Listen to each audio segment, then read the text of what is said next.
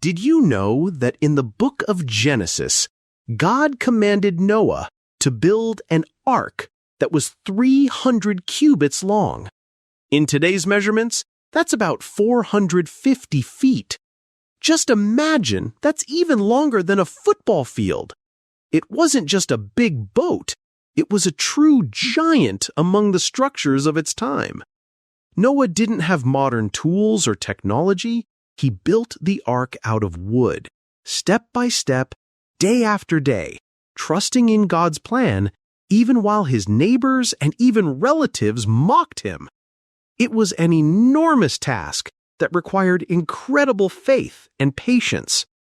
Picture the awe of the people who watched such a massive structure rise in the middle of dry land.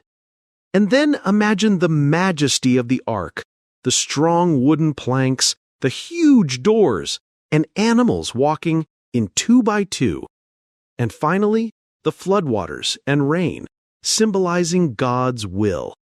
It's a reminder that even when a task seems impossible, God gives us the strength to complete it.